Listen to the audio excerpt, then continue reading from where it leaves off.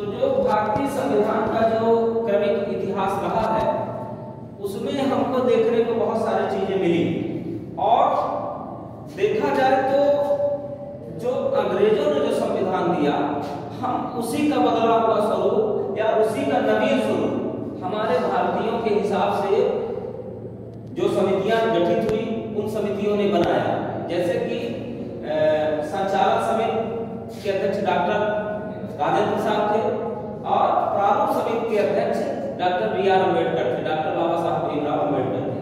उन्होंने ये मसौदा तैयार किया संविधान का, और संविधान को बनने में लगभग कितना समय लगा? 2 वर्ष 11 माह और 18 दिवस संविधान को बनने में लगे।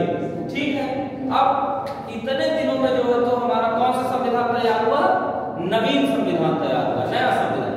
जो नया संविधान हमारा था वो बन करके तैयार हुआ, और भारत के लोगों के लिए उसको 26 जनवरी 1950 को लागू कर दिया गया। अब 26 जनवरी 1950 को इसीलिए हम जो है तो रिपब्लिक डे, ठीक है, उस हिसाब से मनाते हैं, गणतंत्र दिवस के रूप में मनाते हैं, क्योंकि भारत एक गणराज्य है, एक संघ राज्य भारत कहलाता है। ठीक है, तो बहुत सारी चीजें इसमें अपने को देखने को मिली। नवीन संविधान 26 जनवरी 1950 को लागू हुआ। दूसरी बात, इसमें उस समय क्या था, आज की बात मैं नहीं कर रहा हूं, मैं 1950 की बात कर रहा हूं।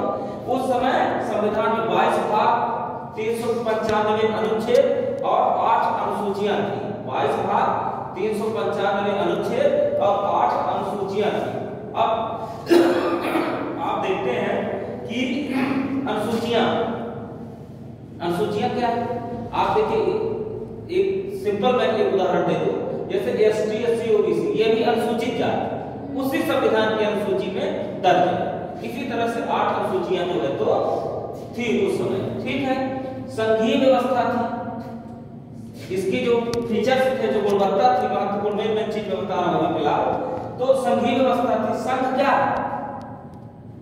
संघ एक्चुअली उस देश को कहते हैं जिसमें बहुत सारे राज्य मिलकर के एक देश का निर्माण करते हैं और एकत्रित होकर के शासन व्यवस्था का संचालन करने का काम उस देश में होता है, उसको हम संघीय व्यवस्था कहते हैं।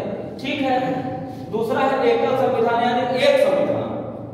एकल संविधान का मतलब एक संविधान। ठीक है, उसके आगे क्या है? एकल नागरिकता, यानी कि सिंगल सिटीजनशिप, एकल नागरिकता की बात बताई गई है। फिर उसके बाद है मजबूत केंद्र सरकार। केंद्र सरकार का